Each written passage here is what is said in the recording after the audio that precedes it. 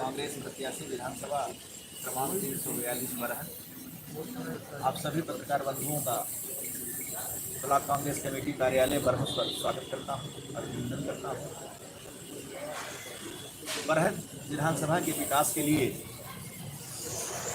जो यहाँ की मूलभूत समस्याएं हैं उन पर आप सबसे आज मिलने का विचार था और आप सबके माध्यम से अपनी कार्य योजना को, अपनी मंशा को पूरे विधानसभा तक पहुँचाने के लिए मैंने आप सबको यहाँ तक कष्ट दिया। आप सब पधारे। देवरिया जनपद में बरहज अपने आप में एक महत्वपूर्ण शहर है और इसके लिए आपको विदित है, आप जानते हैं कि देवरिया जनपद में 2 नगर पालिका परिषदें हैं। एक नगर पालिका परिषद देवरिया और दूसरी नगर पालिका परिषद बरहज, गौरा बरहज। मतलब ये कि देवरिया शहर का जितना विकास हुआ उसके बराबर में गौरा बरहज नगर पालिका परिषद का भी विकास होना चाहिए,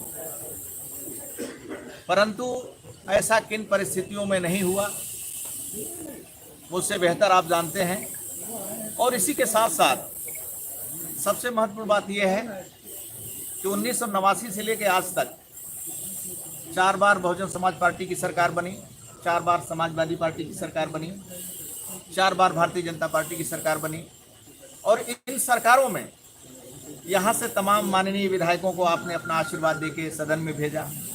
उसमें से कुछ माननीय विधायक मंत्री भी बने। सब लोगों ने काम किया होगा। मैं किसी के कार्य में कोई वो प्रश्न चिन्ह नहीं खड़ा करता कि उन लोगों ने काम नहीं किया होगा, लेकिन जिस स्तर पर बरहज नगर का या पूरे बरहज विधानसभा का विकास होना चाहिए, मुझको ऐसा लगता है उसमें कमी रह गई। मैं एक आध चीज़ों को बताऊंगा। जैसे आवागमन के लिए मुख्यालय जाने के लिए सिर्फ एक रास्ता है। जब बरहज से आप चलते हैं तो करवना, भलवनी, गणेर होते हुए आप सोने घाट पहुंचते हैं और वहां से फिर आप देवरिया जाते हैं मुख्यालय के लिए। और पिछले कई वर्षों से सोनू घाट से लेके बरहज का ये जो सड़क है इसका निर्माण अधूरा रह गया। हालांकि कुछ स्तर तक ये मान के चला जाए कि प्रयास तो लोगों ने किया, लेकिन किन कारणों से 4-5 किलोमीटर सड़क अधूरी रह गई ये बात आज तक समझ में नहीं आई। और इस 4-5 किलोमीटर सड़क में जो करवना से लेकर सोनू घाट तक आप आराम थोड़ा बहुत समझते हैं या आपको लगता है कि ये रास्ता सुगम है, इस 4-5 किलोमीटर आने में जो कठिनाई और दुख होता है लोगों को, निश्चित तौर पर बड़ा ही वो सबके लिए कठिनाईपूर्ण हो जाता है। मेरा प्रयास होगा कि सोनू घाट से लेकर और बरहज नगर तक 4 लेन की सड़क बने और वो सड़क राज्य सड़क निधि से बने। कारण कि राज्य सड़क निधि से अगर वो सड़क का निर्माण होगा तो उस पर टोल टैक्स नहीं लगेगा। मतलब अगर कोई व्यक्ति सोनू घाट से बरहज तक की यात्रा करता है तो बीच में कहीं टोल की सुविधा ऐसी नहीं रहेगी कि टोल टैक्स लिया जाए। वैसे भी बहुत छोटा एक ये पोर्शन है, लगभग 25 किलोमीटर की सड़क है। तो ये प्रयास होगा कि ये सड़क सोनू घाट से लेकर के और बरहज शहर तक ये 4 लेन की बने। दूसरा, बेलडांड से जब आप देवरिया जाते हैं तो जो सड़क है आज के वर्तमान समय में वो चलने लायक नहीं रह गई और वो भी सड़क बहुत ज़्यादा दिन नहीं हुआ, हमको लगता है कि 7-8-10 साल पीछे बनी।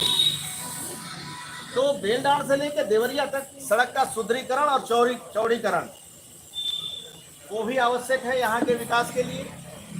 क्षेत्रीय समस्याओं के बारे में क्या विचार है आपका? क्षेत्रीय समस्याओं के बारे में मैं बता मतलब यहाँ के आज तक कोई बस स्टेशन नहीं बना जो है जी, यहाँ जो है शिक्षा, चिकित्सा, कोई टेक्निकल कॉलेज मैं बता रहा हूँ ना, मैं आ रहा हूँ। आप उसको बताइए। आपके विधानसभा में बहुत सारे प्राथमिक स्वास्थ्य केंद्र हैं, पीएचसी जिसको बोलते हैं। प्राथमिक स्वास्थ्य केंद्रों को अपग्रेड करके उनको सामुदायिक स्वास्थ्य केंद्र के रूप में विकसित किया जाए। तो जब वो सामुदायिक स्वास्थ्य केंद्र हो जाएंगे तो आपका जो मेडिकल एड का जो चिकित्सीय सुविधा का जो सवाल है निश्चित तौर पे दूर हो जाएगा। क्योंकि जब सामुदायिक स्वास्थ्य केंद्र आप बनवाएंगे उसको तो बहुत सारी मेडिकल की सुविधाएं आपको अपने आप मिलने लगेंगी, बहुत सारी मशीनें आपको आधुनिक आ जाएंगी, वहां पर बहुत सारे अच्छे अच्छे डॉक्टर आ जाएंगे। उसका जब अपग्रेडेशन करेंगे तो डिप्टी सीएमओ स्तर के उसमें डॉक्टर आएंगे।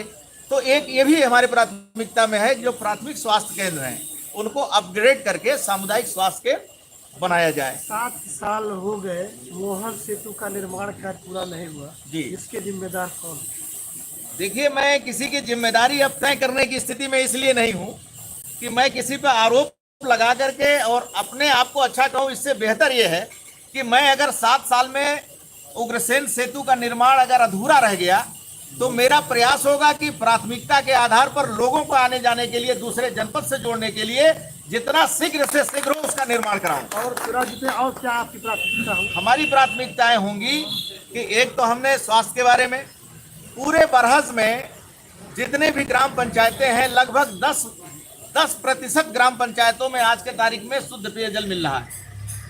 भारत सरकार का कहना है कि साहब हम हर ग्राम पंचायत में पानी का टंकी बना करके और मुफ्त कनेक्शन उनके घरों तक पहुंचाएंगे, लेकिन 90% गांवों में आज तक पेयजल की सुविधा नहीं हो पाई। इसका प्रमुख कारण क्या रहा? प्रमुख कारण आपके जो माननीय विधायक लोग हैं या आपकी जो सरकार है उन लोगों को करना चाहिए, ये प्रमुख कारण है। वादा करते हैं नेताजी लोग, चुनाव जीतने के बाद जो है अपने वादे पे खड़े नहीं उतरते हैं। तो ये सवाल उनसे पूछा जाए, जिन लोगों ने वादा किया और अपने वादे पर खड़े नहीं उतरे। उस ट्रैक पे आप चलेंगे नहीं, मैं आप तो भी भरोसा मेरे ऊपर करेंगे। मैं तो अपनी बात आपसे कह रहा हूँ और पब्लिक के आप कुछ लोग भी यहाँ हैं और आप हमारे सम्मानित पत्रकार बंधु भी हैं। आप देख लीजिए। नहीं, एक मिनट नहीं आप कुछ नहीं ठीक है। आप पूरे विधानसभा की बात नहीं, आप इतना भरोसा रखिए, यकीन रखिए कि जो मैं कहूँगा उसको करूँगा। मुझको काम करने में विश्वास है और काम से मेरी पहचान है। अगर देवरिया जनपद में मुझे लोग जानते हैं तो सिर्फ इसी से जानते हैं कि मैं जो कहूँगा उसको करूँगा। सीट जो है आपकी, ये उत्तर प्रदेश कांग्रेस के बड़े नेताओं से आप पूछिए, वो आपको बताएंगे। मैं सिर्फ बरहज की बात अभी कर रहा हूँ। बरहज में एक प्रत्याशी, बरहज से बगल में रुद्रपुर एक नहीं, मैं बरहज में विधानसभा के प्रत्याशी के रूप में आपसे बात कर रहा हूं। उसके पहले मतलब कांग्रेस के ही एक, हाँ तो ठीक है वो, लेकिन आप कार्यकाल जो है आज वहाँ जनता चिल्ला रही है। नहीं, अच्छी बात है ना, अच्छी बात है। तो आप ही के पार्टी के चोटे प्रदेश की बात किया है। अरे रुद्रपुर से जोड़ थोड़ा सा कुछ बता दीजिए। रुद्रपुर में हम जीत रहे हैं, जीतेंगे। धन्यवाद। जो है रुद्रपुर में हम जीतेंगे और रुद्रपुर के हम तो हमारा प्रयास है कि हम 7 विधानसभाओं में मैक्सिमम सीटें जीते। अच्छे लोगों को टिकट दिया है पार्टी ने, कांग्रेस के कार्यकर्ताओं को टिकट दिया है। भाटपार में हमारे यूथ कांग्रेस के ऑल इंडिया के अध्यक्ष रहे हैं, उनको टिकट दिया। वहाँ पूर्वी जोन की अध्यक्ष हमारी महिला के हैं शैला जी, उनको टिकट दिया। अखिलेश प्रताप सिंह जी को आप जानते ही हैं। तो सब अच्छे टिकट मिले हैं, अच्छे लोगों को टिकट दिया है पार्टी। हम मैक्सिमम सीटें जीतेंगे और उत्तर प्रदेश में एक सरकार बनाएंगे। लेकिन आपका सवाल ये था कि उत्तर प्रदेश में कितनी सीटें जीतेंगे, तो ये उत्तर प्रदेश का ही कोई नेता आपको बताएगा, वो मेरा विषय नहीं। आगे तो ये हो गया कि हम पेयजल पर सभी गाँवों में, ग्राम पंचायतों में पेयजल की सुविधा के लिए पानी टंकी का निर्माण और लोगों को घरों तक मुफ्त कनेक्शन, ये काम है। आप बिजली की समस्या में 132 केवीए की मैंने बात किया था। 132 केवीए जिस दिन यहाँ पर सब स्टेशन लग जाएगा उस दिन यहाँ पर 24 घंटे विद्युत आपूर्ति निश्चित तौर पर होगी, क्योंकि रोस्टिंग खत्म हो जाएगी। विद्युत की जो कटौती है वो खत्म हो जाएगी और अघोषित विद्युत कटौती से फिर भी इस शहर को बचाया जा सकता था, लेकिन किन लोगों ने अघोषित विद्युत कटौती से नहीं बचाया वो मेरा सवाल नहीं है, ये तो वो लोग बता सकते हैं। तो कुल मिलाकर के जो अभी तक हमारा काम है, सबसे बड़ी बात है आपका परसिया पूरा गांव लोग देखते रह गए, कट गया। तो अब उसके लिए भाई मैं किसी को जिम्मेदार क्यों बताऊं, लेकिन निश्चित तौर पर ये सवाल आप पूछ सकते हैं मुझसे भी कि यहाँ पर बहुत सारे लोगों को वोट दिया गया, सरकारें बनी और पूरा परसिया एक गाँव आज के तारीख में बरहज के अगल बगल के गाँव का समय रहते अगर यहाँ पर ठोकर बन जाए, पानी का डाइवर्जन हो जाए, थोड़ा किनारे हो जाए, तो निश्चित तौर पर जो बाढ़ की विभीषिका से हर साल हम जूझ रहे हैं उससे हम बच सकते हैं। लेकिन इसका उसके मतलब लिए जो सरकारें थी इस पे कोई कार्य नहीं की, जिससे कि आपके कहने का मतलब कि बाढ़ से वो गाँव विलीन हो गया। अरे वो तो आप उसका मूल्यांकन करिए ना। आप मूल्यांकन करिए कि अगर काम की होती तो नहीं विलीन हुआ होता। ये तो आप जो अभी प्रश्न विलीन कर रहे हुआ हैं है उसी कि में उसका पहले सवाल है। अभी विलीन हुए तो पहले विलीन हो गया। बरहज की ऐतिहासिक सर बरहज की नहीं नहीं, बरहज की ऐतिहासिक स्थलें जो है विकास से छूट रही है बहुत पहले से। इस पर क्या कहना चाहेंगे आप? जैसे आप बताएं कुछ। जैसे कि कोर्ट की देवी माई, बाबा राघव अस्पताल को मतलब नेस्तनाबूद कर दिया गया, बाबा अनंत बीट आश्रम है, ऐसे कई हैं जिससे बराना घाट हुआ। देखिए, जो हमारी ऐतिहासिक धरोहर है जी उसकी रक्षा करना जी और ऐतिहासिक धरोहर को अस्थायी रूप से उसका एक स्वरूप बढ़िया बना करके लोगों के बीच में उसका महत्व बढ़ाना, ये राजनीतिक व्यक्ति का, सामाजिक कार्यकर्ता का जितना काम है उतना आम जन का भी है। अगर कोई पार्क है, कोई धार्मिक स्थान है या कोई ऐसी चीज है तो उसमें हम सबका दायित्व बराबर का बनता है। और मैं समझता हूं कि उसमें कोई बहुत पैसा नहीं लगता है। कोई पार्क अगर बना है तो पार्क के पुनर्निर्माण में या फिर पार्क की सफाई करना, उसको अतिक्रमण से बचाना, इसमें कोई बहुत बजट की भी आवश्यकता नहीं है। ये तो मेरा मन अगर साफ है तो इस तरह के सभी धार्मिक जितने भी आपके स्थान हैं वो पवित्र रहेंगे, साफ सुथरा रहेंगे। उस पर कोई अतिक्रमण होता है तो उसको हम रोक सकते हैं। ये सब हम सबका सामूहिक उत्तरदायित्व बनता है। ये किसी राजनीतिक व्यक्ति का कार्य नहीं है और ना उसमें आता है। क्यों महाराज? बहुत बहुत धन्यवाद जो है। गिरी जी, ऐसे तो सरकारें तो बहुत आई गई, आप लोग की भी सरकारें थी। सरकार तो साहब 32 साल हुआ। जो बरहज का 35 जो साल। विकास की हम बात करते हैं तो क्या सभी पार्टियां उत्तरदायित्व नहीं है क्या सभी? मैंने बोल दिया साहब कि सपा की सरकार 4 बार बनी, बसपा की सरकार 4 बार बनी, भारतीय जनता पार्टी की सरकार 4 बार बनी, इस समय है भी। तो अब उत्तरदायित्व तो 32 साल जिनकी सरकारें रही, संजोग देखिए इन 32 सालों में भले सरकार हमारी नहीं रही लेकिन मेरा कोई एमएलए नहीं जीता, किसी को आप सबका भरपूर आशीर्वाद नहीं मिला। तो एक तरह से 32 साल में तो साहब अब हम सवाल का जवाब देने की स्थिति में कैसे हैं, आप खुद बताइए ना। तो ऐसे में ये समझा जा सकता है कि बरहज के विकास में किसी पार्टी ने दिल खोल करके सही तरीके से सपोर्ट नहीं किया है। अगर किया होता तो साहब दिखता आपको। क्योंकि आज एक बस स्टैंड भी सही तरीके से बरहज का नहीं है, हम विकास की बात करते हैं तो ये कैसे हो सकता है? मैंने कहा कि देवरिया और बरहज दोनों बराबर का शहर है। नगर पालिका परिषद देवरिया, न गौरा और बरहज नगर पालिका परिषद आपका यहाँ बरहज में, तो बराबर का शहर है तो बहुत सारा तरक्की विकास होना चाहिए। तो ये बरहज ही बरहज का जितना विकास होना चाहिए वास्तव में नहीं हुआ, ये सच्चाई है।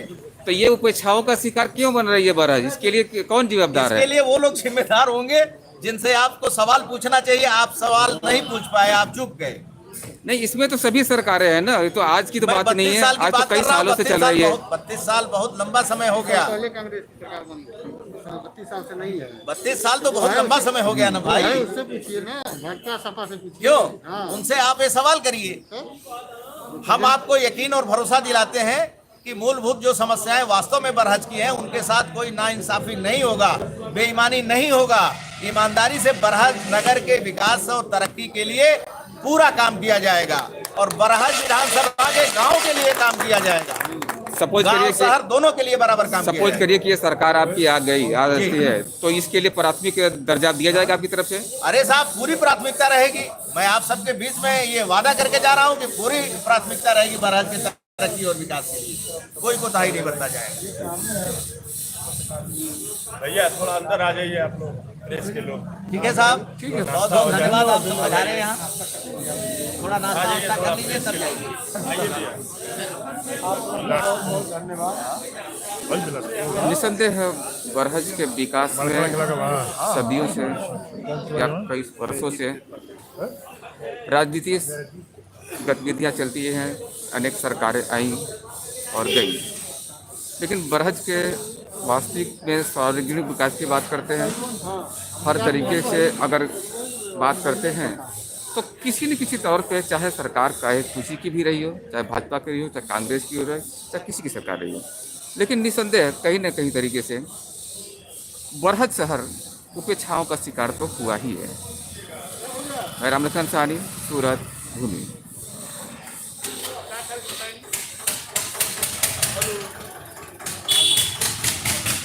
थोड़ी